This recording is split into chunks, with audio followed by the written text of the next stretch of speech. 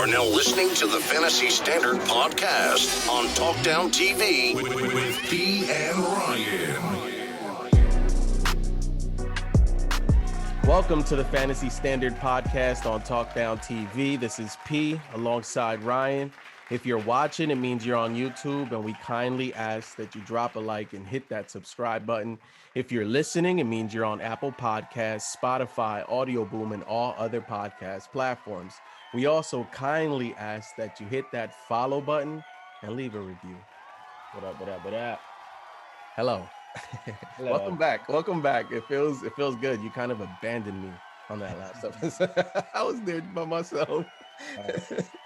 How you been? Good, man. Good. Everything good? Yeah, getting ready for week 9. Excited for a lot of these football games. You know, we always talk about fantasy being an escape to a certain extent, but I think this week we kind of needed it. Yeah. And then I think our realities are getting a little bit better, especially recent news and stuff like that. But we can touch on that on another. Yeah, and another sports show. We're teasing, but after the Fantasy Standard, I feel like I'm going to say this before the end of the show. I don't know who actually listens to the disclaimers all the way at the end, but we are considering, we have in the works expanding our network and adding a sports talk show. We're working on the format as we speak. So it'd be great to hear any feedback on what kind of format or what kind of content you would like to hear on the show. So if you have any feedback, or if you have any feedback on this show or any show on Talkdown TV, you can hit us up on the Fantasy Standard at the Fantasy Standard TFS at gmail.com. That's the Fantasy Standard TFS at gmail.com. Or our social media handles are right under us. We just had a Thursday game. I feel like before we go to the matchups, maybe we could just talk about that a little bit. Yeah. What do you think? Do you want to do that? Yeah, kind of what I was expecting, man. Green Bay, after they lose, it's hard for Green Bay to lose back-to-back games, especially this year. Both times they've come off of a loss, they come back the next week and just pretty much destroyed that team they played. And it happened again. The Niners were coming in here limping and a bunch of players out with COVID. So I had lower expectations. Shanahan wasn't going out without a fight. It looked like that game. LaFleur and Shanahan both coached in Washington under Shanahan's dad, didn't they? LaFleur was there when Shanahan after he already had left, but they're kind of like friends. It's funny. Has anyone ever seen LaFleur and Shanahan in the same spot at the same time? I don't know. They might be like twins. They might be the same person.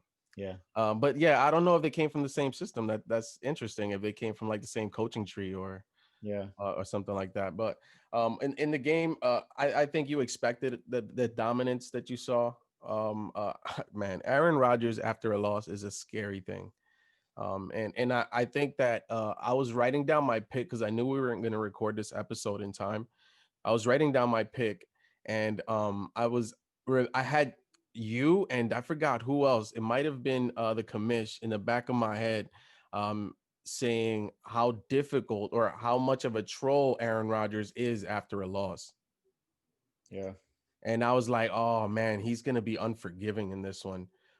So even on a primetime game, which is those are the games that you kind of that you think about maybe a team can upset or at least keep it close. But I just felt like it's such a bad moment because A-Rod coming off a loss is extremely dangerous, and he's proven that, right? Yeah, I agree. No, some things to take away from the game. I mean, the Niners had their B team out there, so there's not really much. Yeah. Aaron Jones came back healthy. Everybody's talking about, oh, he shouldn't have played. He wasn't healthy. All these doctors out here talking about, man, he looked amazing. I'm glad he came out the game healthy. They were supposed to hold him to a snap count. He got like 20 total touches. So I don't know what they're talking about. Going forward, the Packers they're elite, man. Aaron Rodgers and Devontae Adams and getting Aaron Jones back, that offense looks completely different. Real quick, you got fantasy cash. Are you buying or selling Richie James? I'm not buying. I mean, I guess he has a connection with the backup quarterback, but you heard his stat line? Yeah, I saw it. He went off. The whole game, I was like, this guy just keeps throwing it to Richie James. I can't believe he had that many yards. Yeah, but you got to take into account Jair Alexander went out the game, so he got hurt. So besides him, there's nobody else who can guard on the Packers. Hmm. I don't know if it was matchup. Again, the Niners don't have Mostert, so when he comes back, that might turn into a run first team. So, Mhm. I mean, they have nobody else to throw it to. Like Ayuk was out, Debo was out, I have another one. Warren was out. Let's keep that wallet out. Yep. Okay. Marquez Valdez-Scantling, 2 touchdowns. Are you buying or are you selling that? That's maybe somebody you can pick up and just hold and see what happens. Maybe on matchups, he's probably startable. But I saw Aaron Rodgers in an interview, and he was talking about how he was looking to feed Scantling because he was kind of like not involved as much. He's in a forgotten offensive person in feeding. that, right? Like Tunyon got his game, Aaron Jones got his game, even Jamal Williams got his game. It feels like Marquez Valdez-Scantling since week 1, he's kind of Yeah. disappeared, right? But it's Yeah, good to I see think him involved. get him involved. Yeah, Mhm. get him involved successfully since Lazard's coming back soon. So that wide receiver room is going to get all muddied. But Yeah. look, Adams looks like he's going to get 10 targets every single game, and it's not going to stop. So Yeah, that's true. I not think bad. we both had Green Bay in this game. We have the timestamps on our files to prove it. If you want, Yeah. a picture, you Nobody want was picking the Niners B team versus the Packers. Hey, If I you were, considered you're it. picking it with I considered it only because of the prime time aspect, but I also remembered it's just you can't overcome that much loss on the offense too. They had their starting left tackle out, basically their wide receiving core the all whole gone. offense. The Yeah, whole offense. when Craycraft was your second wide receiver, I mean that's I don't know how many Yeah, games you're let's going to move win. on. So let's move on to the actual games that are coming up tomorrow. And the first game is it should be a fun one, and that is the Seattle Seahawks going to Buffalo to face Josh Allen and the Buffalo Bills. It is I don't know what the weather's going to be like, but it's going to be unusually warm, right, in Buffalo. Yeah. So clash of great quarterbacks. Yeah, we got Seattle favored by 3 with a high over under 55 points. It might have gone up that total even more since the last time I checked. Mm-hmm. Look, both of these teams are looking to score. Buffalo is coming off a couple like weird weeks where they had some tougher competition. They took care of the Jets and the Patriots the last 2 weeks. So, I mean, you're supposed to beat the teams that are bad. I think my big question is we always talk about quarterbacks against Seattle, right? Wide receivers versus Seattle. Is this a smash spot for Josh Allen here? What are you looking to expect? What are you predicting here for him? Yes, I think the numbers are startling still with Seattle's defense. They're tough, right? I think Seattle's defense has always been what it is, right? They're bend but don't break. They allow you to pile up yards, maybe less with the Legion of Boom, but this is a perfect get right game for Josh Allen. But that does not mean that this is we need the Josh Allen with the cape. Yeah. That's when things get dangerous because Seattle can get you there. Seattle can force a turnover. So the players I look at, Stephon Diggs, I like him this week. Josh Allen, I do like him this week. I do like him to bounce back and put up like if you traded for Josh Allen, wink, wink, Nelson, this is maybe the week that these are the numbers maybe that you expect. What do you think? Yeah, I mean, look, Seattle's giving up the second most points to the quarterback position. They're allowing 366 passing yards per game on average.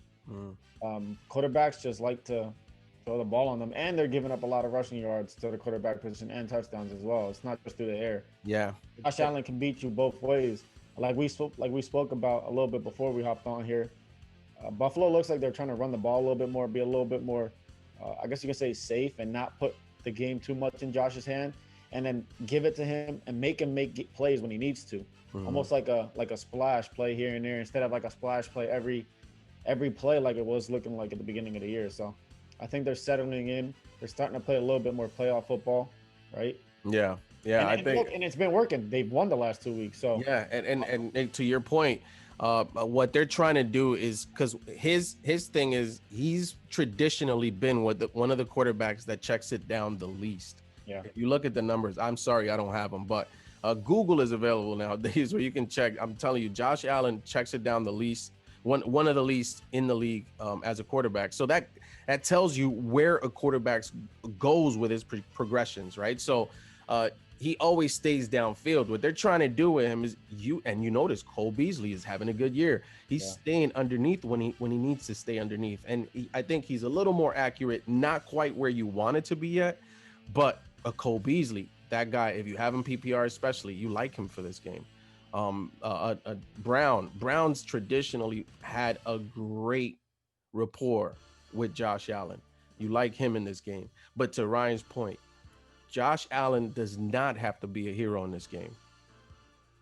Yeah, and then on the other side with Seattle and Russell Wilson, what I'm looking at is like Buffalo looks like they try to funnel people to run the ball. Yeah. They force you to run the ball more. So, look, if you have Russell Wilson, of course he's going to do what Russell Wilson does. They do allow like 2 passing touchdowns a game on average.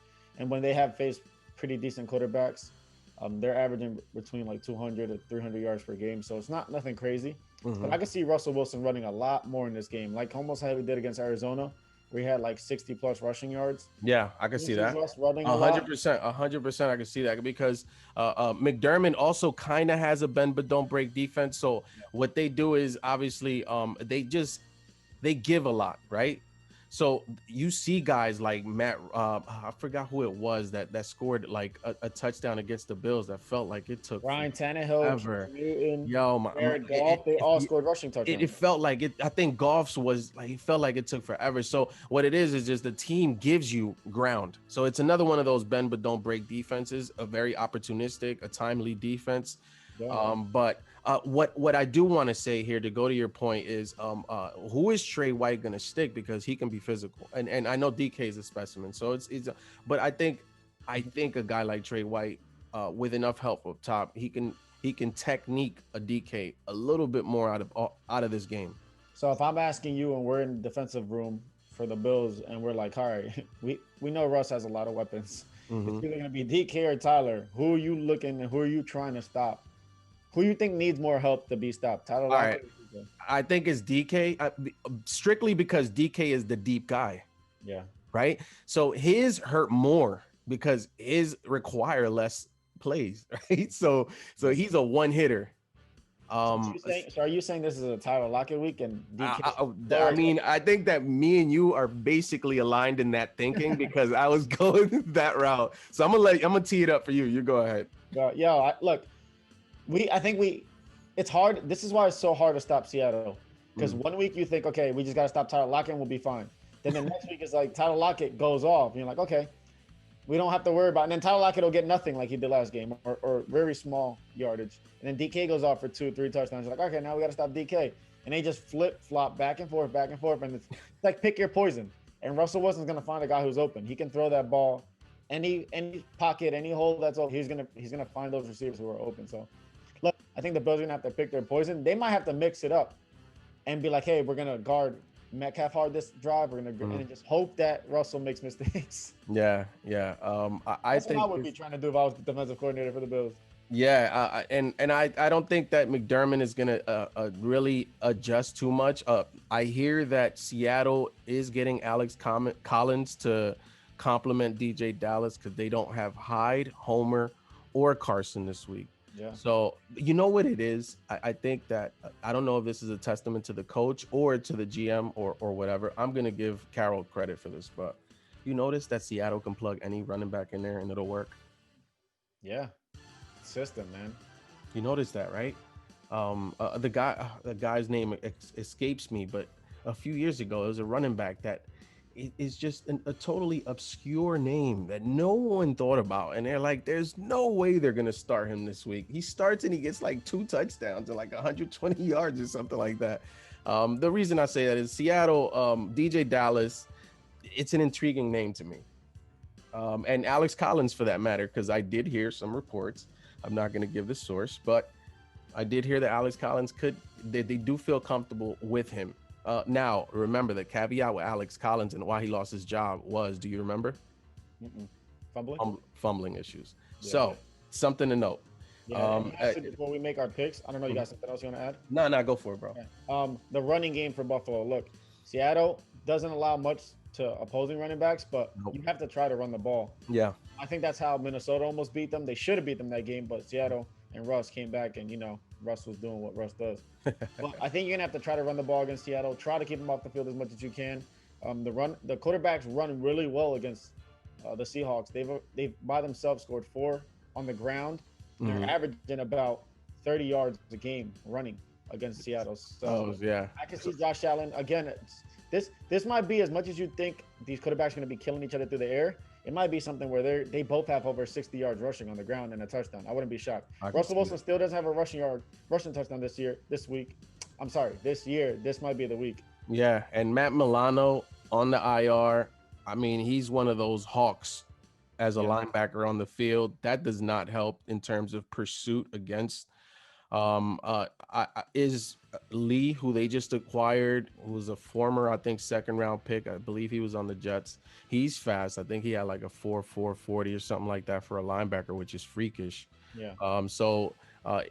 The Bills, the point I'm trying to make is that the Bills need all the help they can get on linebacker, middle linebacker. We're banged up there too.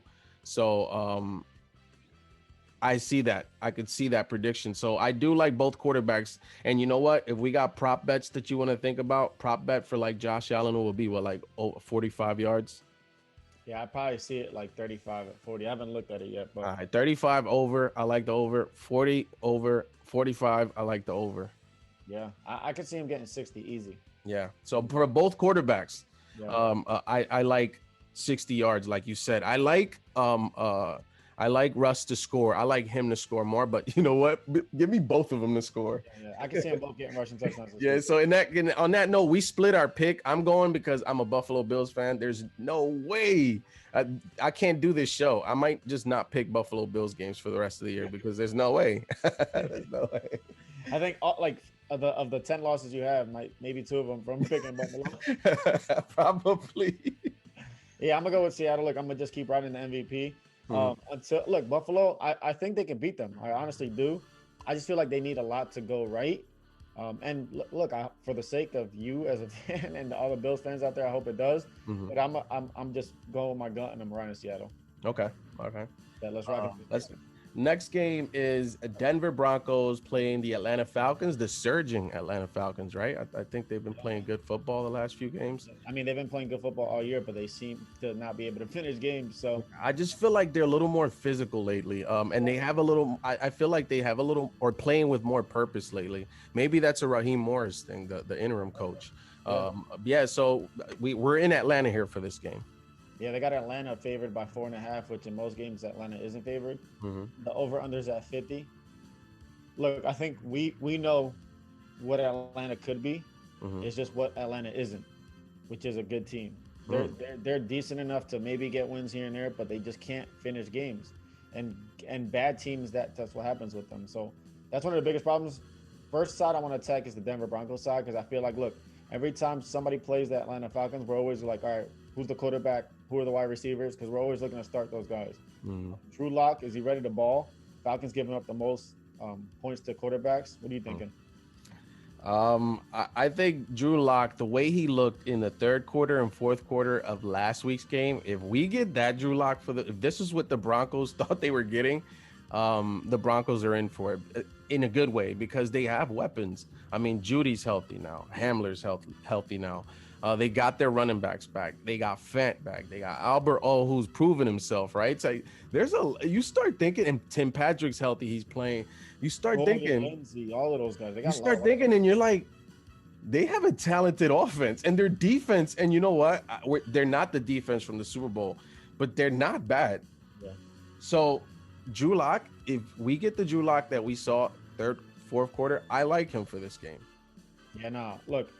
The opposing quarterbacks against the Falcons are averaging almost 3 touchdowns a game total. If we're gonna like Drew Lock, we're gonna have to like all his weapons. I love Jerry Jeudy this week. I love Tim Patrick this week if he's healthy enough to go. I love Noah Fant. That's probably one of my favorite tight ends to start this week. DFS, that's probably the guy I'm plugging in and not even thinking about it. 100%. And is horrible against tight ends. Look, I think we always talk about the way you beat Atlanta is running the ball. I'm sorry. That's not what I'm. The opposite. Yeah, it's throwing the ball because they're pretty good at. But Atlanta's gonna put up points. So if there's any way that Denver's gonna try to keep up, is scoring. That's why this over under is so high.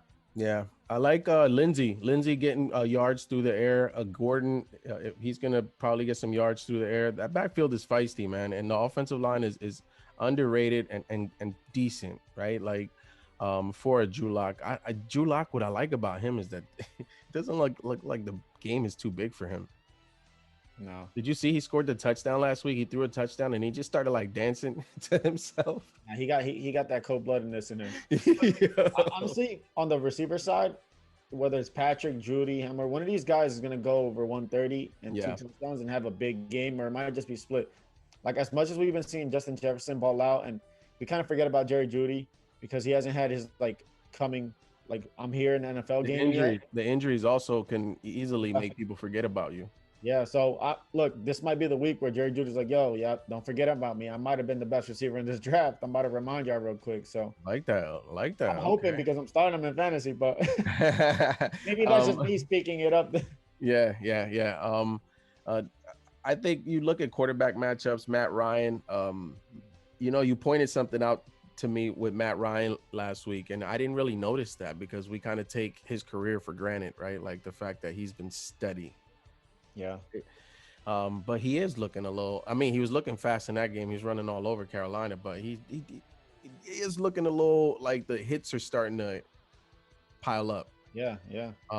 Is this like the last year for Matt Ryan in Atlanta? It might be, man. And not only because I don't think he wants to move on. I mean, I don't think they want to move on from him. I think he wants to move on. I think he's getting tired of getting beat up. It's after a while you're just like, you know what, I'm over this shit. It's a thankless job what he's done, right? Yeah, like he should have a Super Bowl under his belt right now, honestly.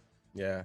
I think he does go. San Francisco sounds like a good place to go right now. Yeah. So be on the lookout for that. But I picked Atlanta for this game, and I'll tell you, strictly because I like what I saw from Matt Ryan and Julio Jones. Julio Jones looks healthy. He looks angry, right? Like he looks like he's still. To touch on that, everybody's talking about Calvin Ridley Mhm.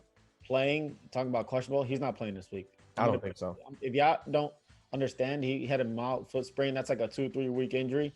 If he comes back and he plays this game, guarantee you he re-injures it somehow and he's gonna miss even more time.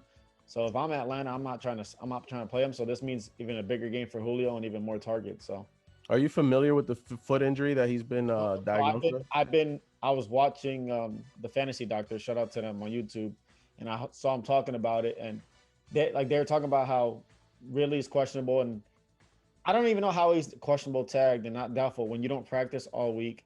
And they're talking about it as an ankle injury, and they're like, no, the way the injury happened is definitely a mild foot sprain, and it takes like a good 2-3 weeks to recover from. I mean, and a receiver that depends and relies on his route running, right? Yeah. That's his he has a strength. history of injuries, so Yeah, so he's not gonna play this week. That's a good call out. So you like Julio, maybe?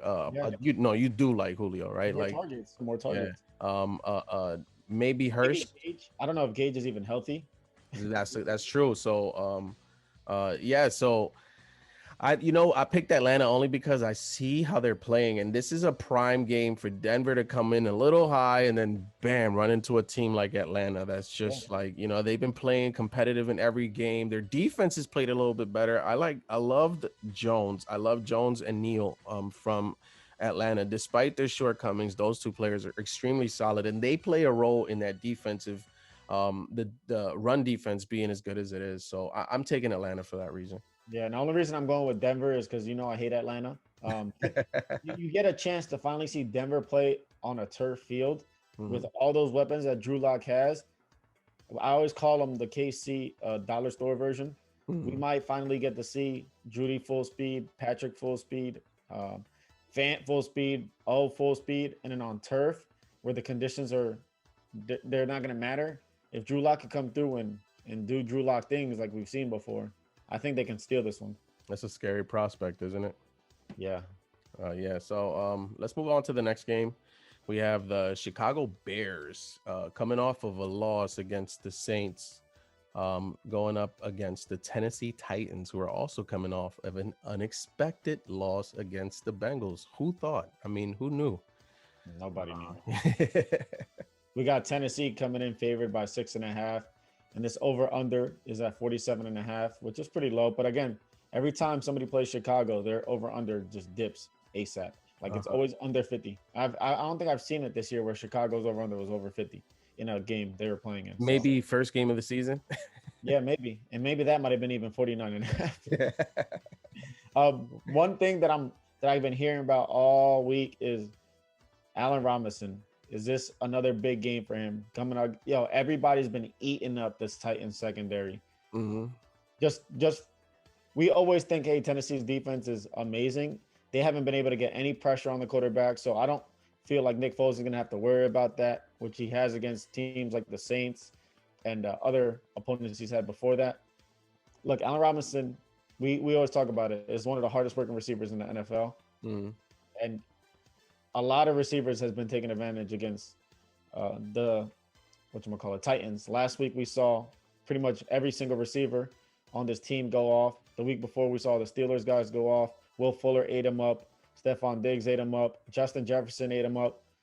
So something's got to give, man. Well, to your point, they got rid of Vic Beasley. They got rid of Jefferson. Yeah.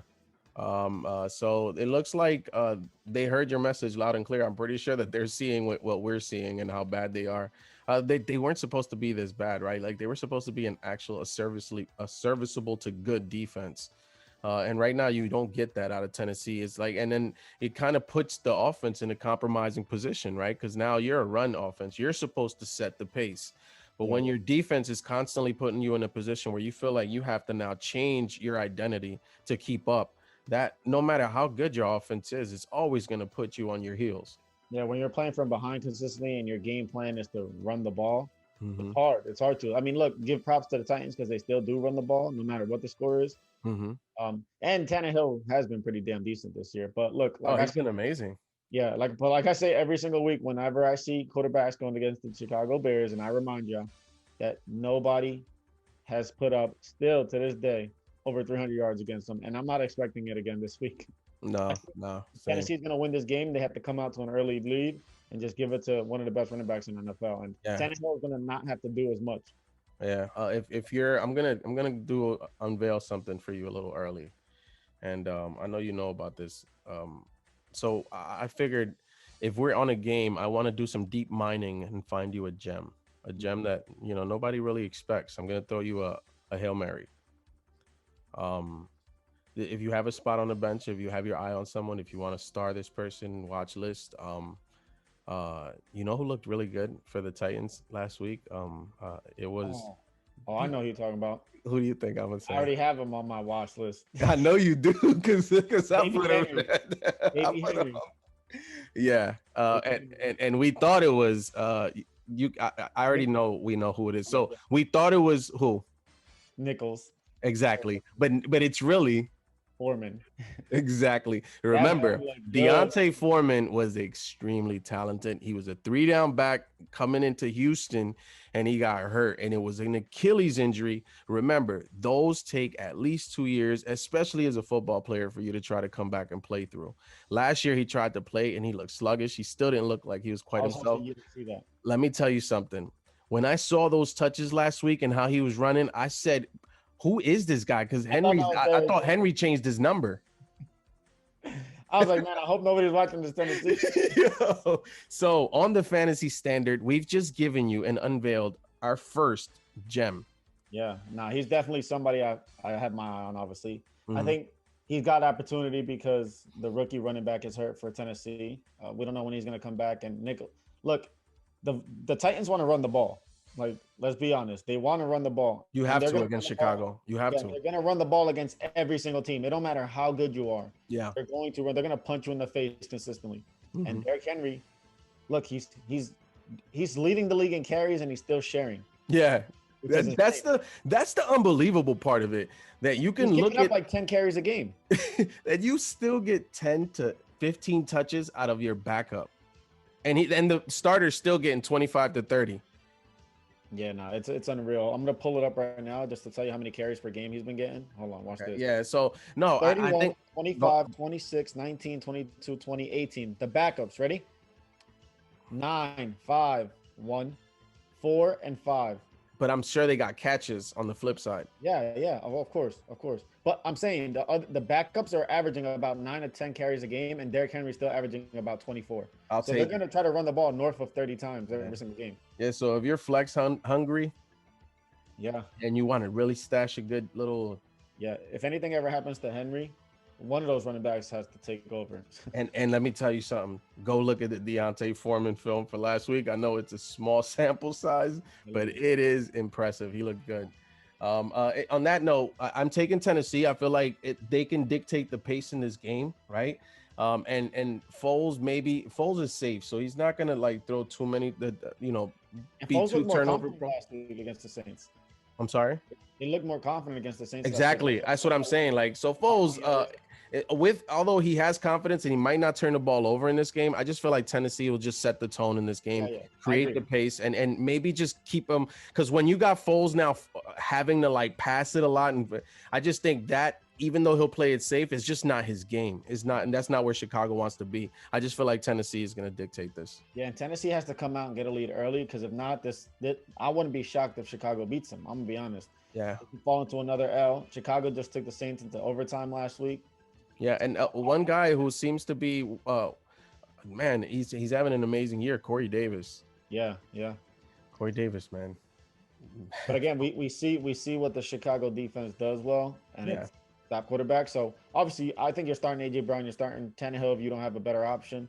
Yeah. Starting Henry, you're starting Davis if you like in a flex. I think you flex him. Yeah, I think you can flex him. Is a start. Like, I'm not saying don't start these guys, but I'm telling you that you're not gonna see 300 and 400 yards passing from Tannehill for 4 touchdowns unless whatever the bar is, set it 1 or 2 notches below that. That's your expectations, and that should be your expectations for this week. Let's move on to the next game, and we have an NFC North bout, the Detroit Lions versus the Minnesota Vikings. Yeah, Minnesota's coming back off a big victory over the Packers. They're favored by 4.5 in this game. A high over under a 51. Man, what you got to say about Dalvin Cook, bro? So, Aaron Jones this week. Aaron Jones this week was playing, and I think every Aaron Jones owner reached out to me or to you or to us and asked us whether or not to play him, right? And I hate telling people who to play, right? Like, I think we always start with a disclaimer. Well, I don't like telling people who to play, because if they don't work, then I don't want you being mad at me. And I immediately started thinking back to Dalvin Cook, and I said, look, we thought they were going to have him on a pitch count. Yeah, the pitch count was keep giving him the ball. Let's go through his stat line real quick. I think look at. Yeah, so I want to go through his stat line real quick, because I think that's the story of we look back at 5 stories in a fantasy year, and I think you as a fantasy player, if you miss a Dalvin Cook, that's a big piece in your lineup. If you look back, this is going to be one of the 5 moments of the year. Yeah, it definitely is. 30 carries. Okay, he's coming off of an injury. 30 carries, 163 yards, 3 touchdowns. And he had more receiving. Let's look at his receiving then. 2 catches, 63 yards, and a touchdown. 4 total touchdowns. Bro. Shaking my head. Bro. Dalvin Cook is unreal, man. Look, we all know going into the season he's an injury risk. Look, it happened again. He missed 2-3 games. But yeah, I think going forward, me and P were talking about it. Like, look, he's a top 3 pick going into every single year, because he's just that damn good. That offense just literally runs through him. mm-hmm. Who else you liking on the Minnesota side? I know they got to play Detroit, who, I mean, let's be honest, they're not that good of a team. I mean, Minnesota, fire up the running back, right? Like Dalvin. But, let's not lose sight of the fact that Jefferson and Thielen were both tamed last week. So yeah, I mean, expect that to completely turn around this week. They're going to have fun, both of them. Yeah. Jefferson will be at least, boldly, Jefferson's going to have better numbers than Thielen this week. Yeah, my biggest struggle with Thielen and Jefferson is that when Minnesota's up, they're just going to keep running the ball. Yeah, but I still feel like if you get maybe 25 throws, Detroit is bad against the quarterback, wide receiver, right? So 25 attempts. Let's say Jefferson gets 75 in a touch, right? Like, and Thielen maybe gets like a 45 in a touch or something like that. You know what I mean? But I do like Jefferson having a better game. No, I do too. On the other side, Matt Stafford today was announced this is Saturday that he is playing, so that's good for the receiving core. Even though Kenny Galladay is not playing, so it's trying to figure out. All right, besides Marvin Jones, who had a good game last week, is it going to be Marvin Hall, Cephas? We don't know what the other receivers going to be to supplement. And let me tell you, I know like Jones is going to be the popular one. That's how everybody's going to tell you start Jones, and they might be right. Even Hall, maybe Marvin Hall, but you know who I really like, man? I like Quintez. Are we doing are we mining another gem here? Yeah. Quintez Cephas from Wisconsin.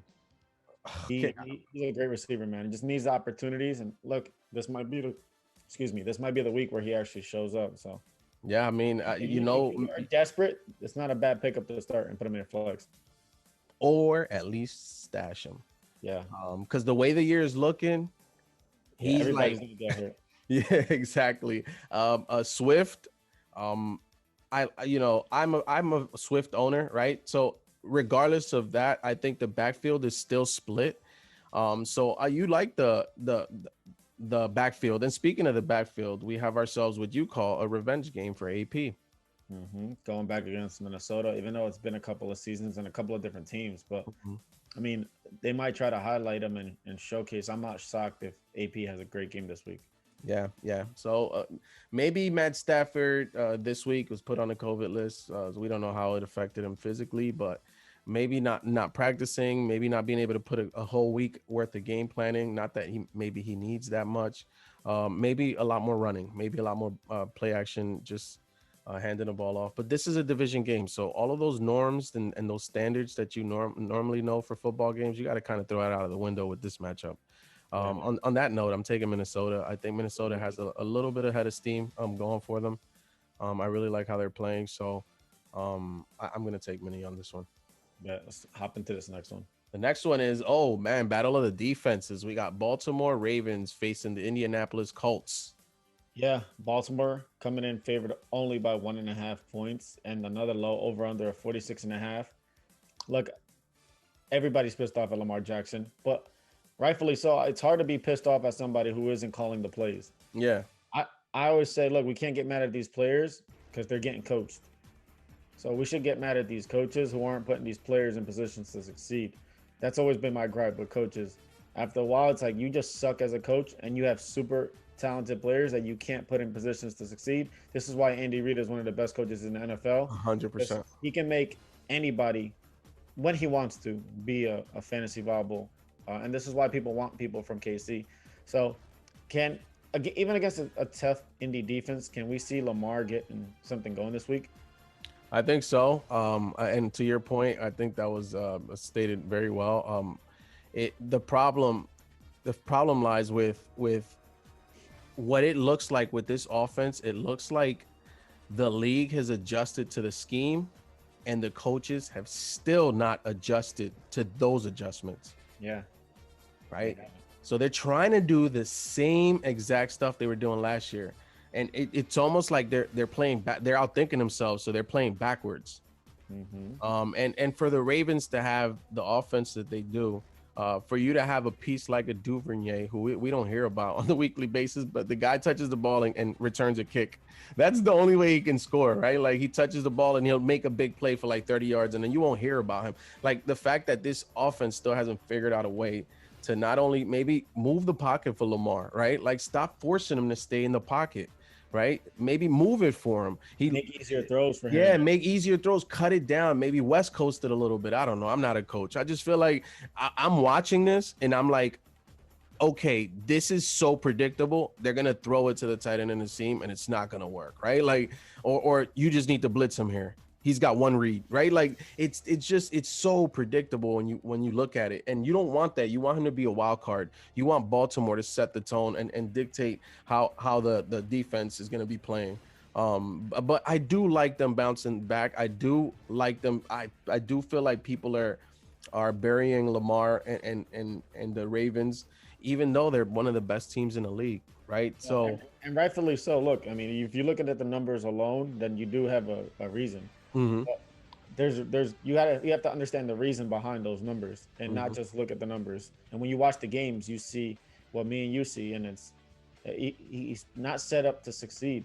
One of the things that I'm looking at, and I mentioned it to you last week, is are the Baltimore Ravens as a whole running the ball matchup proof against any team? Because look what they just did to the Pittsburgh Steelers Yes, last they week, are. who Yes, haven't they done are. anything as far as giving up points to the running back position. Indy is one of the best at not giving up points. They haven't allowed a 100-yard rusher this year at all. Is that happening this week? No, that this is going to be the first week. Yeah, and look, it'll be Baltimore again balling out. We're not gonna have Mark Ingram. He's been doubtful all week, hasn't practiced, so I'm not expecting him to play. Mhm. Dobbins and Edwards. That's a They're nice. And let me nice tell 1-2 you team. that I was telling you, Ryan, during the game, because Dobbins was looking good, then Edwards was looking good. When I looked at I was like, man, Edwards is putting up really good numbers. That duo could be fine. Why do we need 3 running backs in that system? That's what I don't get about this running back by committee stuff. Yeah, they're trying to do too much, man. Look, as much as I love Ingram as a person, like he's hilarious. He's on the north side of 30, and for running backs, that's not a good thing. He's definitely not coming back next year Mhm. unless they do win a Super Bowl and they give him like a discount and he comes back just to mentor and stuff. But I'm not seeing anything. I look again, Mark Andrews as an owner of him, same like this whole offense is frustrating besides the running game. It is. And it's because these coaches, let's be honest, they suck. So it's Malcolm Brown and Andrews have the same validity. yeah, so it's either 2 points or 17 or 20 points. Yeah. Is Mark Andrews going to get shut down again? Like, I want to see a week where the Ravens come out and it looks different. It doesn't look predictable like you were talking about earlier, where they're always in a third down situation. And it's like, all right, well, here they come to come off the field. Mm-hmm. It's frustrating, man. What Yeah. about the other side, on the Indy side? On Indy side, the big story is Phillip Rivers. I think losing another tight end. I think Mo Alley Cox is out. So to me, I really like Trey Burton, especially being that the Ravens cornerbacks are so tough on the outside that and you already know Phillip Rivers loves the seams and loves checking it down, loves his tight end. So especially at this point of his career. So Trey Burton, I really like him. And then you have Naheem Hines, who I think Naheem Hines could have a really good game, especially considering the game he had last week. The guy is just so good, man. He'd be a starter in a lot of teams. And Jordan Wilkins. Look, what do we Yeah, think Wilkins about Jordan? especially. Yeah. I mean, not Jordan. Jonathan Taylor, who's coming off a little injury. Is he going to be healthy enough to play? Like, what are we telling fantasy managers about him? Well, Wilkins apparently is still nursing that injury, although as of late, I'm not sure whether or not they've confirmed that he's going to play. I'd have to look though. Let me do a little Research, clickaroo here. Yeah, for me, I look if I'm predicting this game and how I think Oh it's no, gonna they upgraded him to full. It looks like he's playing. who Jonathan Taylor. Yeah. Oh no, I'm sorry. Sorry. No, you good. I look Baltimore. We're both picking Baltimore to win this game. And I think the only way they win this game is obviously running the ball. Mhm. Defense has been wishy-washy, I guess, for lack of a better word. They did get their Pro Bowl linebacker back a couple of weeks ago, so they have been looking a lot better. But against the defense, Phillip Rivers ain't gonna be able to save you this week. He ain't gonna get those lucky throws off that he was getting off against was it Detroit last week? It's not happening again. I'm sorry, Baltimore is way too good for that. Their rush is way too good for that. Phillip Rivers might be on the ground a lot this week. I wouldn't be shocked if Baltimore comes out and destroys the Colts, especially after losing last week. Yeah, I was just gonna say, I think that you think that Indy is gonna like maybe avoid something like that. They're gonna play them tough. It might start off that way, but I just think, yeah, you're right. I think you're gonna face an angry Ravens team that just realized that they just got punched. They got out punched. Yeah, and they had a good game. They almost won the game. Yeah, and Lamar, you got to clean it up. You got to clean it up because otherwise Lamar has a good game against a tough defense, right? So it's going back to the fantasy. Going back to Jonathan Taylor, I haven't heard of anything of him not playing this week. But a lot of owners are concerned. Yeah, so but I would maybe temper a flex expectation, right? Because as a coach, if you have those 3 running backs playing the way they are, man, why mess with what isn't They're broken? literally becoming the Baltimore Ravens. Yeah, I would, and I like Taylor. I think Taylor's gonna have some great weeks. But so will Hines, and so will Wilkins. I don't think. I think they gave Taylor a chance to take over, and he didn't. And now they're like, you know what? We can win with all 3 of them playing. Yeah. Oh, so it looks like Jonathan Taylor and Jordan Wilkins were both upgraded to full in practice. So they're both going to play. Yeah. But keep an eye out for that. And if he has a big week, you didn't hear it from me, but maybe it's time to shop Jonathan Taylor. On that note, we both have Baltimore. We're going to move on.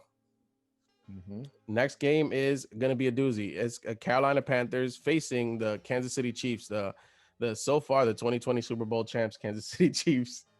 What you got? Yeah, man, they got KC favored by 10.5 with a super high over under of 52.5. So you love it if you're a fantasy player looking at points this week.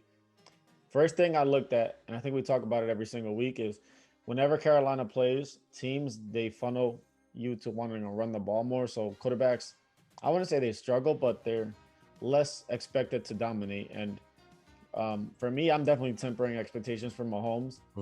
Carolina, again, doesn't give up, just like Chicago, points to the quarterback.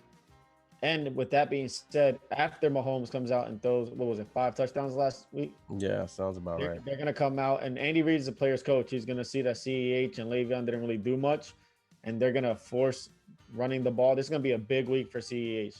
Yeah. Especially against a bad Carolina run defense who's giving up 4th most points to the fantasy running back. So, yeah, this is the week to do it. CEH week.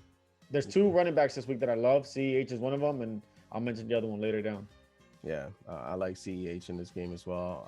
Le'Veon, I'm sorry if I told you guys that he was going to score 2 touchdowns last week, but he's going to score them this week. Yeah. So Le'Veon, boldly, 3 touchdowns by the running backs this week combined for the KC. I like that. See, so that I like. Carolina's only given up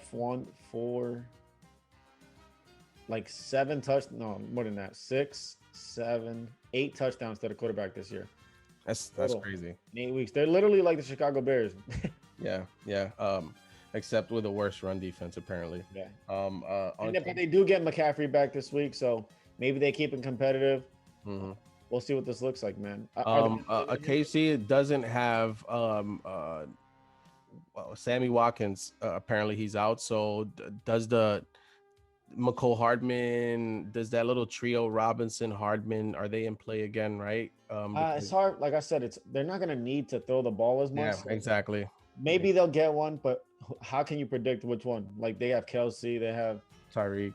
Yeah, so it's hard to pick. If I had to say 3 touchdown passes Mahomes has, 1 to Kelsey, 1 to Hill, and then good luck figuring out who the other one's going to. It might go into the fullback. I think, okay, so 2 touchdowns of Patty Mahomes, yes or no? Yeah, for sure 2. 3 touchdowns, Patty Mahomes, yes or no? I'm gonna say no. I'm gonna say you don't need to. He's not gonna need to. Okay. They're gonna try to work in Le'Veon. CEH 100 yards rushing, yes or no? Oh, absolutely. You heard it here. Yeah, this is a look. If you look at the Carolina, what they've been giving up, Jacobs 93 yards, Fournette 103 yards, Eckler and Kelly combined for over 100 yards. They shut down Edmonds and Drake, but Kyler Murray was running on them for 78 yards, so over 100 yards given up total. And you got Todd Gurley 121 yards. Montgomery hasn't done much against anybody, so I'm not shocked. Kamara and Murray over 100 yards combined. Gurley and Hill last week over 100 yards combined. So they're giving up yards to the running back. We said it, to beat the Panthers, you have to run the ball on them. They will not allow you to beat you with the pass.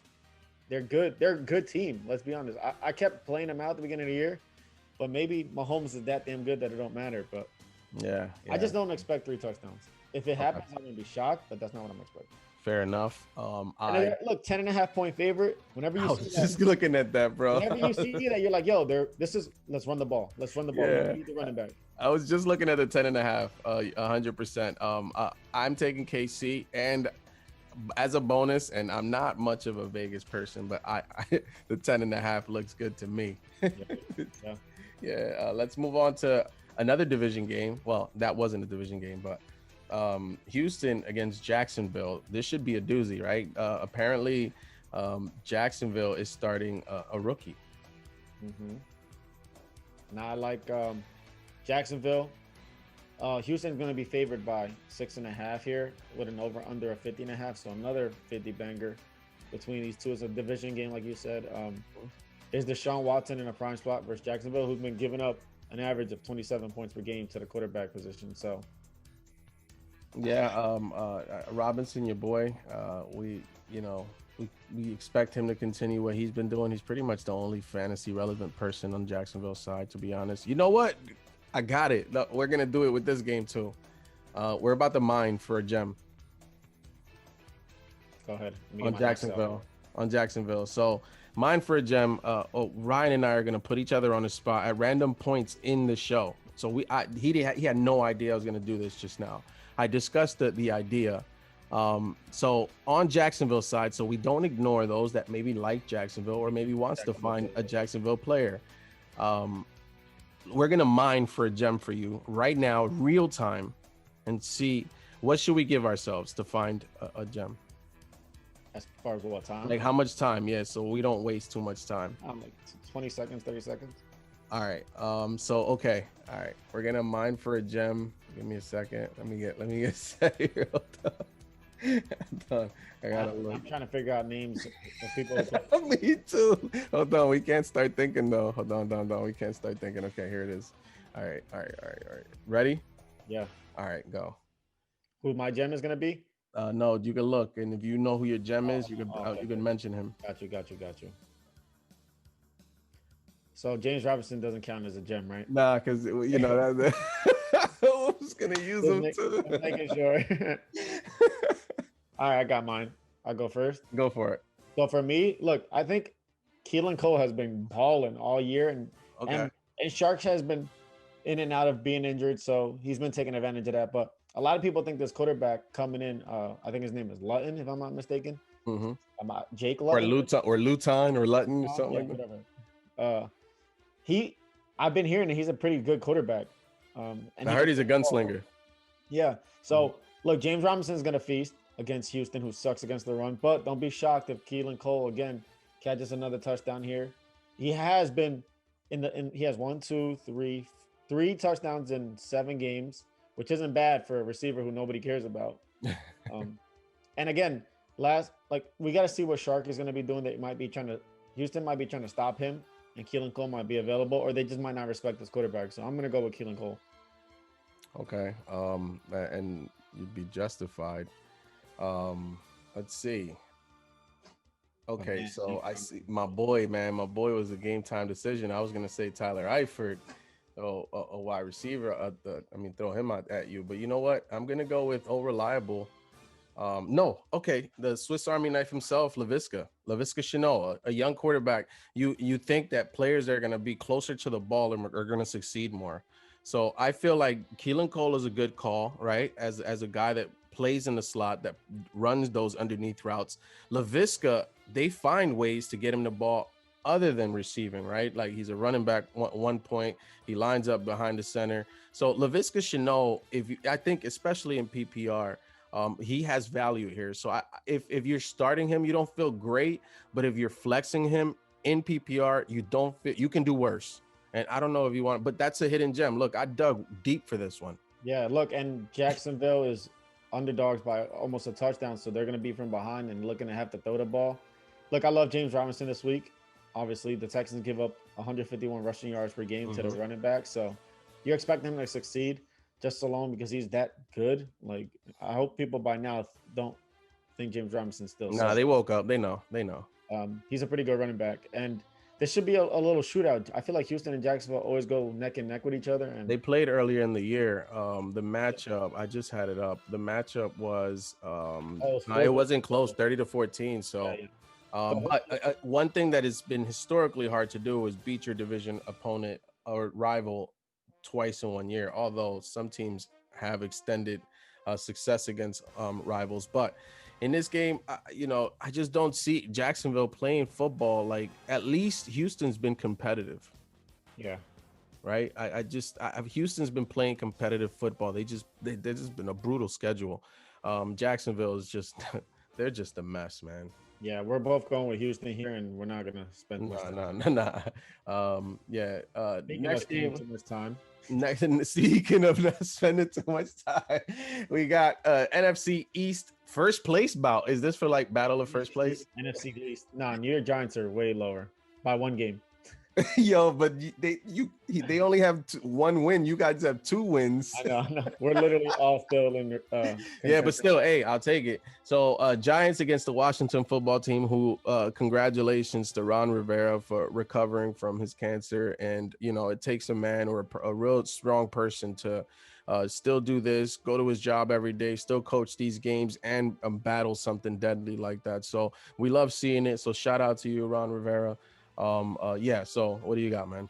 So we got Washington's favored by 2.5 points and a measly over under of 42.5. So you're not expecting a lot of points in this game. But we got Washington coming in at 2-5 and the Giants at 1-7. The division leader is the Eagles at 3-4-1. So everybody is within a game or two of being able to come back and win that division. So all these games matter to both of these teams. Mm-hmm. For me, what I'm looking at is Scary Terry versus Bradbury, and it rhymes. I wasn't even trying to do that. Oh, that was good. Look, Terry's going to keep getting targets. Kyle Allen looks like a competent quarterback who can get him the ball. Mm-hmm. Bradbury's been probably one of the best defensive players on the Giants team. The Giants defense looks pretty damn decent. It's not a specific player, but what I love on this game is both defenses, actually. Washington and New York Giants. I think they're both startable with under 42 points. You're not expecting a lot, so to add to that 67-degree day expected, 70% humidity, so it's gonna be a nice day, clear day. Like you're starting Gibson, you're starting Terry. Mm-hmm. On the Giants side, Slayton. What's the other guy's name? He's Shepard. Yeah. Ingram. And I don't know who else you could start, to be honest, in this game. I think I really like Evan Ingram in this game. They're trying more and more to figure out a way how to utilize his athleticism, and the fact that he's a mismatch wherever you line him up is just for some reason just hasn't gotten there quite yet. Slayton, I saw a stat that he's top 10, I think 9th in the league in air yards. You love that, right? Especially with a guy like Slayton, that you feel like he has that potential. Sterling Shepard, he comes back and he gives you like the ultimate security blanket, a guy you can throw chunks of targets at and you know that he's going to catch it for you. That does affect, I feel like it does affect Golden Tate's value to have Sterling Shepard. Yeah. So Wayne Gallman, I will say when he plays, I know he's not a popular name, but if he's out there and you need a flex play, you need a second running back play, you can do worse. Even though Washington's tough, they're tougher against the pass than they are against the run. They're super tough against the pass. So Wayne Gallman is a name that I really like. I like when he's a 3 down, when he uses them all 3 downs, he actually performs well. So I like him. Yeah. As far as pick wise goes, one of the main reasons I'm going with Washington, not because I'm a fan, because you've seen me pick against my team this year. Mm-hmm. Both of these teams are combined 0-7 on the road. This being a road game for the Giants, I'm taking Washington here. I'm just going to take the points. They're 2.5 favorites. I can see this being like a 3 or 7 point game. Nothing too crazy. And I'm going to just roll with Washington just being a little bit more talented, not only on offense, but I think defense as well. Okay. So division game, right? And I totally get that. Like, that's why I was going to pick Washington. But the thing is, the division games, they always break trends or create trends, right? And they're always independent of what teams do against other teams in the league. And the reason I say that is that the Giants, they faced the Redskins, the Washington football team, earlier this year. Yeah, at home. And it was Kyle Allen played in the game, and so it relatively close, and it was a very hard fought game. 20-19, the Giants won. The Giants won on a defensive touchdown, I think, at the end. Yeah, if you look at the way the Giants are playing the teams like the Bucks. Oh, yeah, they've been playing good. I'm not gonna. I think that because of that, I'm gonna give them again a slight edge and almost the same type of game like this. Mm-hmm. It can go either way, honestly. Yeah, exactly. So totally, I think that this is great that we have two perspectives, because these are the two perspectives that you can use when you're thinking about picking either one. Yeah. Right? I wouldn't say you're wrong if you picked any team. Yeah. Because I totally right up until I actually wrote down Giants, I had the Washington football team because I really love that team, like as a whole, from coach to the offense, because not so much the players. You love Terry, but you know that's a building team, right? Like that team is still, they probably don't have their quarterback of the future. But on the defense, you love those pieces from Fuller to Young to that entire defensive front. I just love the team. But then the Giants, you start and they don't have the popular names. They maybe don't even have like the radar that they do, but they've been in all of these games, and that defense is real. Yeah, nah, they have fault. Got to give it to them. Yeah, so we'll split that one and agree to disagree, gentlemen. But we'll go to the next game and let's go over to a division bout, a AFC West bout between the Las Vegas Raiders and the Los Angeles Chargers. Yeah, they got the Chargers coming in as a 1.5 point favorite, which is pretty much almost like a pick 'em. Over under a 51.5, another shootout type of game. For me, look, we were expecting a shootout last week in Cleveland, but the weather didn't allow it. Is this the week that maybe we're like, oh, we're gonna get our money's worth? Carr going up against the defense who gives up the fifth most points to the quarterback. Mm-hmm. What are you thinking here? It's going to be a messy division game. Remember, Las Vegas, I think the last time they played a division opponent, it was Kansas City and they beat them. Yeah. Right. And no one, and I think Las Vegas was coming off a loss to Buffalo. So I just think we love these are the games you throw out the window. Like whatever we see on the stat sheet, let's throw it out the window and let's figure out like, what do we know about football and what do we see? Right. And Ryan, you're great at that specifically. I think that's the element that we bring to this, right? The fact that we watch. And I think the feel that I have for this one is that on the Chargers side, I like the backfield. I know they're not popular, and the offensive line is probably one of the worst run blocking offensive lines. But against Las Vegas, man, I mean, what else do we need to say about that run defense that hasn't been said already the last 8 weeks? It's bad. It's bad. So even the Chargers are gonna boom in this week. So the combination of Jackson and Kelly, whatever that split is, and what's the other guy who was going off last week too? Pope. No, Poe. He's doubtful. Oh, is he? Okay, so no. Yeah. So Yeah. no, look, I have it in my notes here. I like Jackson and Kelly in prime spots. Las Vegas has allowed rushing touchdowns in 6 of the 8 games they've played in this year. So, look, it depends what Raider team we see. Last week they looked good against the Browns, but the conditions were horrible. Mm-hmm. Derek Carr, again, what Carr are we gonna see? It's a division game. It's gonna be tough, man. That's why Vegas has it at 1.5. For me, I have to pick the Chargers because I feel like the quarterback has been killing it. Herbert is low key becoming a top 10 quarterback in his rookie. Let me tell you something. Herbert is a must start.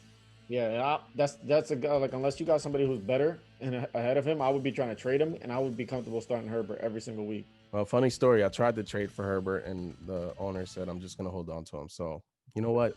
He sucks. Nobody wants Herbert anyway. Herbert in all the games he started. Mm-hmm. Well, the last 4, let's be honest, 3 touchdowns, 4 touchdowns, 3 touchdowns, 3 touchdowns. They still aren't winning games, but yeah, because he only has 1 win on the season. Yeah, I think Keenan Allen. I just saw some news come across that Keenan Allen might not play. And Joey Bosa, that's another big name. Whoa, interesting. Whoa. This might actually change what I'm gonna do with my team. So Justin Jackson is a game time decision. So those Joshua Kelly owners, like me, you might want to dust off that flex spot with whoever you have in there. Okay, I'm gonna throw out some names then. Joshua Kelly or Jonathan Taylor, Naheem Hines. Joshua Kelly, just volume alone. I think you can get 12 touches. Hines probably like 10 at best. Joshua Kelly or Le'Veon Bell? Joshua Kelly. I just still don't trust Le'Veon Bell's touches. I don't. Joshua Kelly or the Giants backfield? Joshua Kelly. I don't even know who the running backs are. I just finished saying it. Alfred Morris just started. Alfred Morris. Yo. And against the Washington front seven, I'm not doing that. Yeah. Okay. Let me go with one more. Let's just say if the Giants beat Washington, it's not going to be because of the run game. Joshua Kelly or DJ Dallas. DJ Dallas. I just feel like that. I knew I was gonna find one for you though. No. That offense, man, you put me at running back in Seattle, I'm starting me. That running back. Yeah. On the Las Vegas side, the same cast of characters with Waller and Jacobs. Jacobs has been underwhelming this year. Steady Eddie, but he's not gonna blow the doors off. Yeah. I think he's a. That's a field guy. You put in every week, and you're like, all right, give me 8 points. Yeah, 8, and you know what? 12 points. You're like, man, this dude is good. You know what I mean? So, a low end RB1, right? That's basically what. So, in this game, I think that it's going to be messy. The one thing that you don't like about the Chargers that you notice that's a trend developing, and I felt like we've talked about it repeatedly, is that the Chargers have a problem at the end of the game. Are they the AFC Atlanta Falcons? They are approaching that territory. If they're not, they're probably in the driveway already. They're about to knock on the door. Yeah. They got the address for sure. Yeah. Oh yeah. The GPS already said you've arrived at your destination. Because let me tell you something. And I think we've talked about this, Rye. That's what scares me about a team like that. Yeah, man. You have to know how to have that killer instinct and put a game away, end a game. Is it the coaching? Again, look, did we talk about these players? And we can't blame the players. It's the coaching. Yeah, because when Phillip Rivers was there, he was getting accused of it. He was getting blamed for that. Everybody was blaming Rivers, and it's the same old story. Exact story. It's not the players. It's the coaching staff. Yeah, man, I almost changed my pick to Las Vegas just now. Yeah, just because the Chargers can't win. But I think this is one where they finally do because of the matchup. I don't know. Yeah, exactly. Cleveland is tough against the run, and the only thing that the Denver Broncos are pretty good against the run, and they still ran the ball against them. It's just bad luck, man. Yeah. That backfield, bye. Yeah, I like them this week. Let's the next matchup is oh my God, this is gonna be a terrible matchup. Yeah, we're not spending time on this. So Pittsburgh Steelers facing the Dallas Cowboys AAA team. Yeah, look, this is the biggest spread of the week. We got the Steelers favored by 14, which is insane, with a low over under of 41.5. So you're not expecting a lot of points. Look, everybody on Pittsburgh. I'm gonna just keep it simple. If you have a Pittsburgh player on your offense, you start them this week. Whether it's Juju, Johnson, Claypool, Big Ben, Connor, you start them. Ebron even maybe. You're starting every single one. For me, it's James Conner week. I always talk about a running back that I think is has the potential to be the RB1. This week is James Conner. And then I like James Robinson as well. Those are the two guys. Or was it James Robinson I mentioned earlier? Yeah. Yeah. Those are the guys that I feel like could have big weeks. And I'm sorry, it was CEH. And this guy right here, James Conner. Those are my RB1 and 2s for the week. Okay. Is anybody startable for the Cowboys? I was just gonna say I'm gonna give you the Cowboys for me, look, Zeke is hurt. Yeah, exactly. So starting running back is Tony Pollard. Starting quarterback is Garrett Gilbert. What the freak is that? I think he's asking that himself. Yeah. So if you ask me, anytime a new quarterback is in the game, who are my underneath guys? Who are my check down guys? Right? Those are the only guys that have any chance to even produce, in my opinion, until you show me, right? Garrett Gilbert, I have no idea who this guy is. He could be a beast. And I think that's the name that I see here. Let me see. I just have to confirm. It says Garrett Gilbert. So on that note, Dalton Schultz is probably the only name that I can give you. Hasn't been maybe in the last couple of weeks. He hasn't.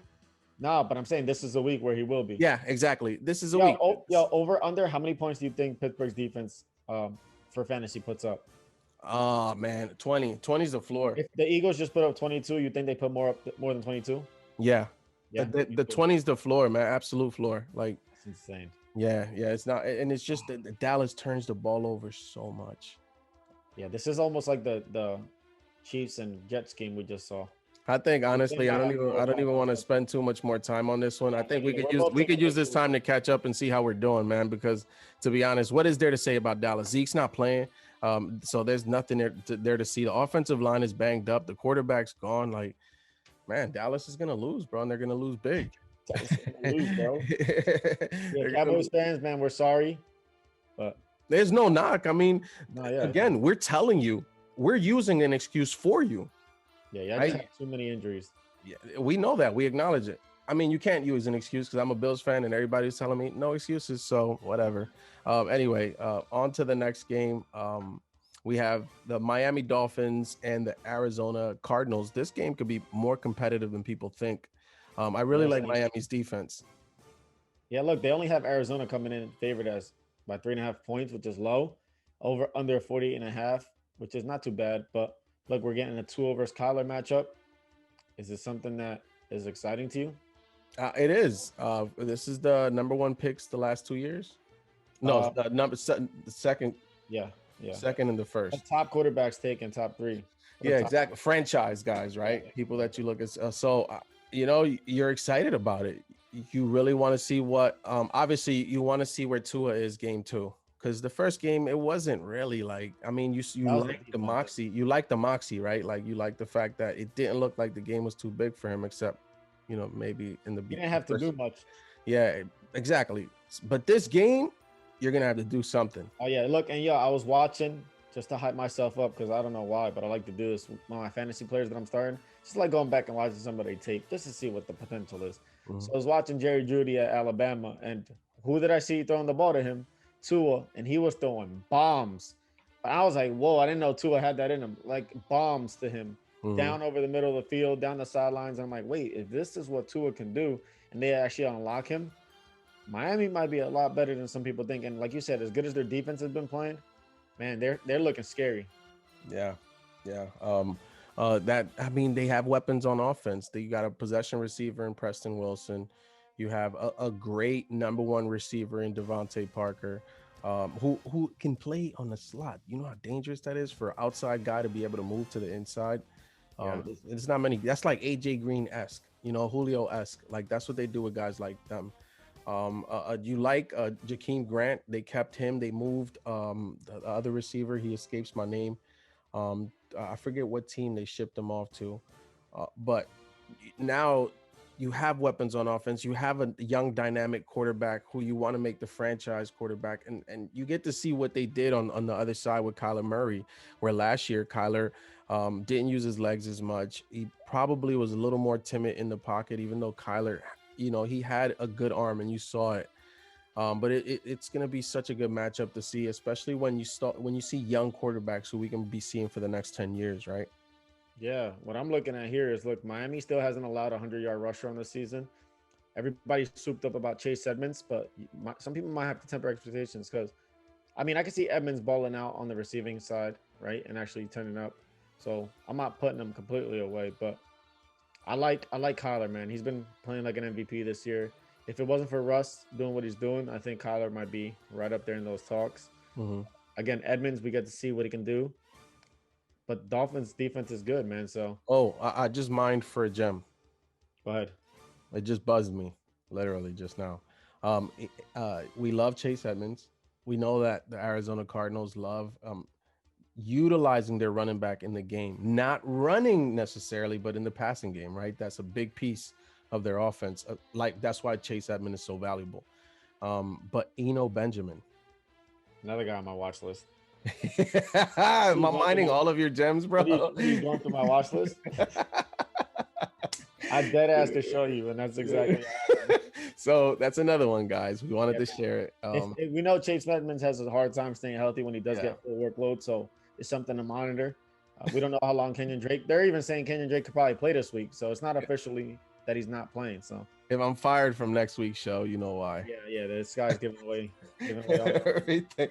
We still love DeAndre Hopkins. We still love Christian Kirk. If it's one of those games, Arizona's going to bring it. If it's a defensive game, I still think Buda Baker and company can make enough noise. But I just really think this is going to be a punch and punch back game. So do not expect Arizona to blow this team out. That's all I'm going to say. Nope, no, and Vegas doesn't think that's going to happen either because the spread is so close. So I think we're both going with Arizona here. Yeah.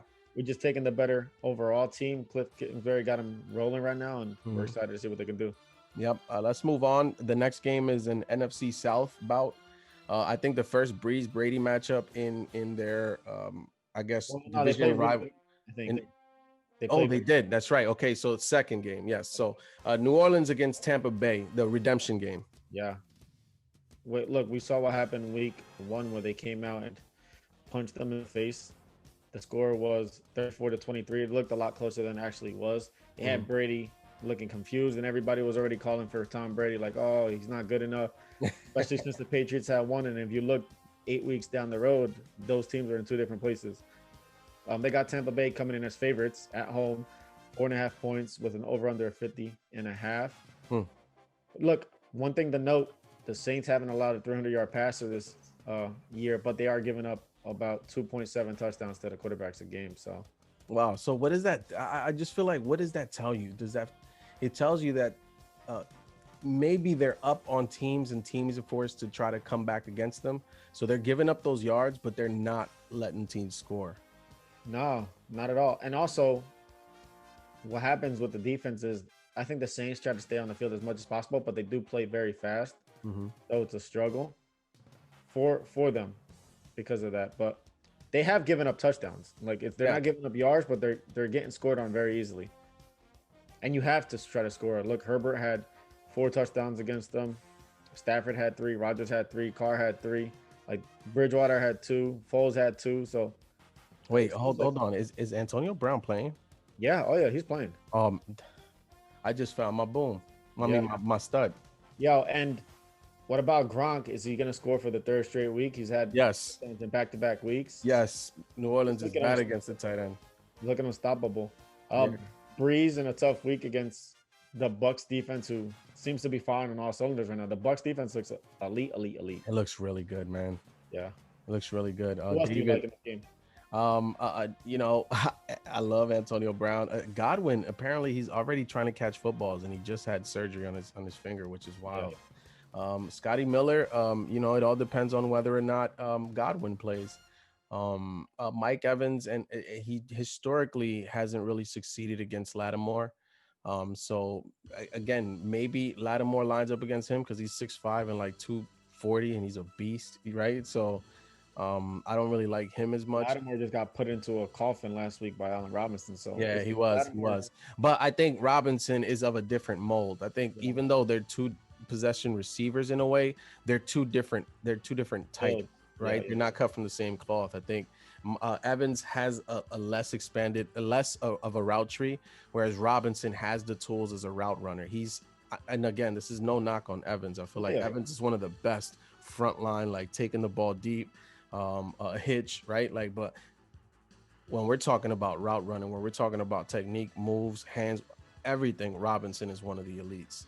Yeah, for me, something to look at for the running backs for the Bucs. Look, the Saints aren't giving up that many points to the running back position. They haven't allowed a 100-yard rusher yet. One of the other teams who hasn't. So Jones and Fournette, both.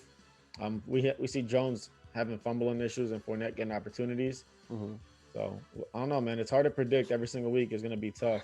Yeah, I think it's Fournette's backfield. I just, you know, I felt like Fournette, they were just waiting for an excuse. Yeah, and Jones to not get on the field. Yeah, I definitely think this is. I'm excited too, though, to see what AB does, man. But besides that, like, I think Tampa Bay just is now rolling on defense, and they have so many weapons. And Tom Brady's like, he just picks and chooses, and it seems like all of them are open. Yeah, and on the New Orleans side, I think Breeze has learned to adjust to his physical deficiencies now. He has clearly lost some arm strength, and this isn't even like. This isn't me trying to be hyper critical or anything. This is just me, like the human eye. Yeah. Like, he's spiking balls that, like, you could tell he thinks that he got it. Yeah. and it's like spiking and is landing like 5 yards in front of someone. But you know, you love that they've adjusted that, right? So Michael Thomas coming in, does that help him? Does that help? Because they need that wide receiver help. Although they're getting reinforcements, right? I think Emmanuel Sanders and Michael Thomas are coming back. Yeah. Yeah. So Manny Sanders, a lot of people probably forgot about him. He was building a really good rapport with Drew Brees, so that's something to keep an eye on.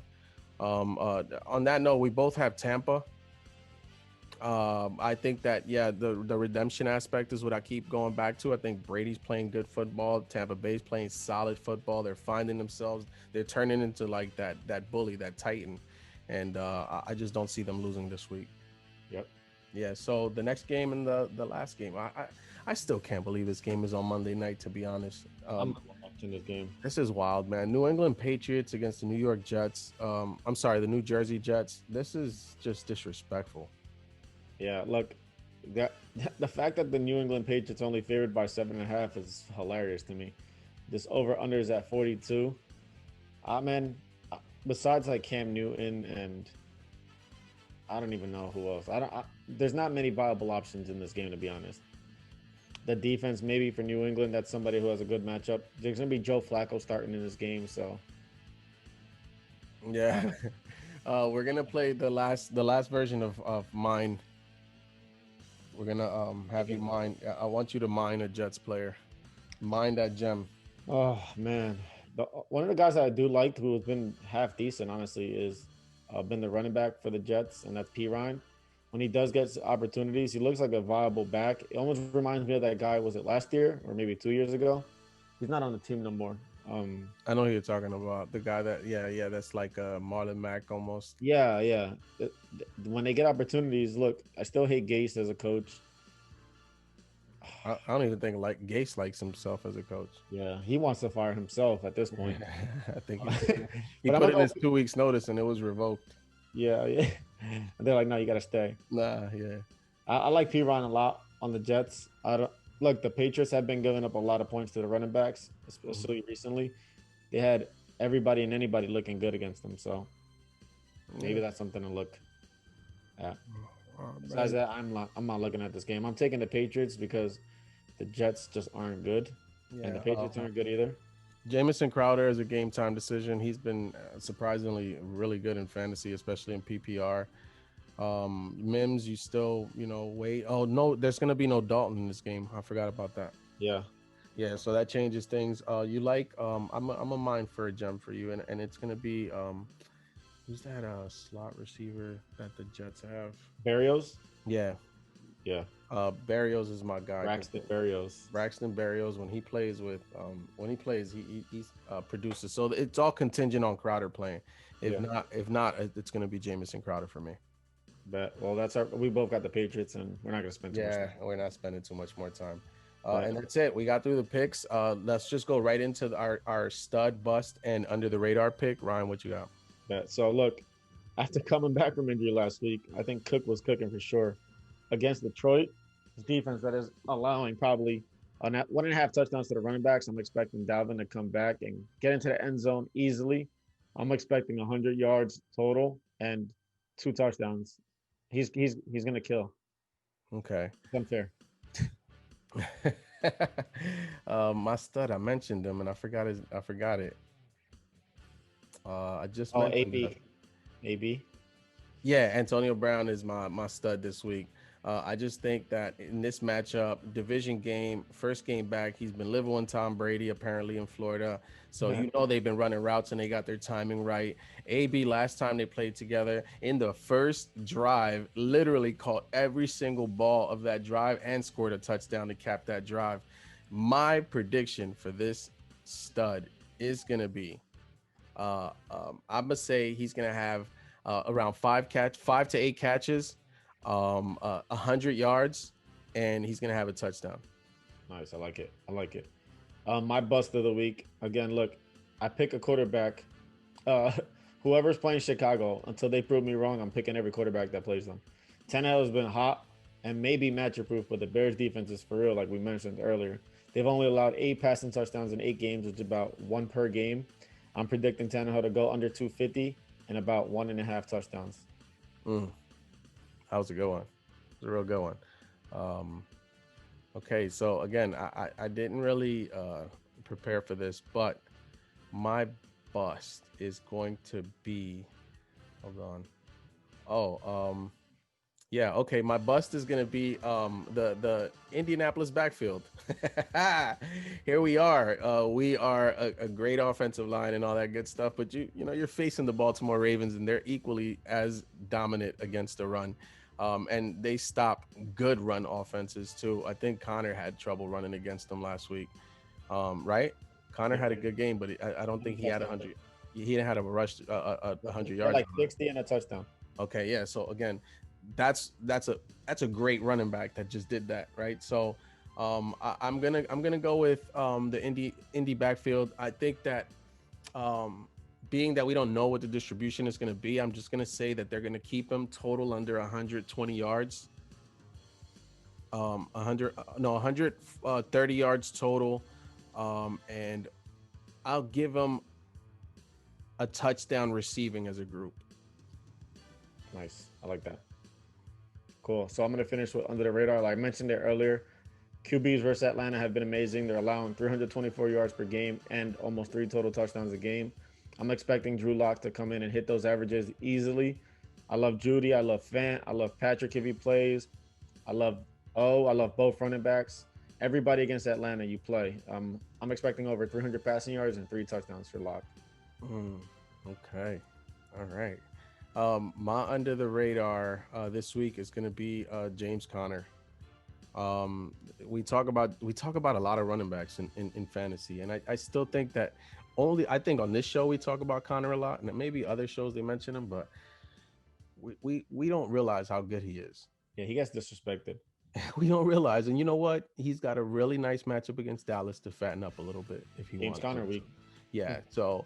My under the radar is gonna be my boy James Conner. I'm gonna give him. He's gonna have a 25 carry, 150. I'm gonna say like 130 yards rushing and 2 rushing touchdowns in this game. I like it. That's under the radar. No, that's it, man. We got through it. Good job, man. Look, this is 9 now. Yes. Week 9. We're still playing football despite all these COVID issues and things we have to deal with. So I'm excited. Can't wait to watch these football games and sweat it out and pray that my fantasy team wins again. Yeah, it's been a great year. I think that this has also been a great experience, us doing this show with you. I think we've learned a lot, not only about you all, but about ourselves as people and about hosts. This has been, I think I could use this week to say that I didn't expect us to get this far. Here we are, despite even, again, our personal things and things that are going on in society. We figured, we're here to share this with you. We need each other at this moment in time, and I think unity is great. So it's good to have distractions, and I appreciate having this platform. If you have any feedback or anything that we haven't done on the show, if you see we're going to come up with a new layout pretty soon. We're always looking to tweak how we look. We're always looking at how we deliver our information. What do you like to hear in our recaps or matchup information? So hit us up on the Fantasy Standard TFS at gmail.com and let us know anything, feedback. You want to just talk to us. You want to shout us out. You want to shout somebody out on the show. Send it to us and we'll make sure that we're blasted for you. And our social media handles are right under us. We love interacting with people. We do that on a daily basis. Our jobs basically are interacting with people, so we're natural at it. Make sure you subscribe, hit that follow button if you're on a podcast platform, and leave a review. That's a great way to maybe get our show a little bit higher. Maybe put 5 stars if you're on Apple Podcasts. Right, anything else? No, that's it, man. We'll catch y'all next week, and good luck to everybody. Peace out.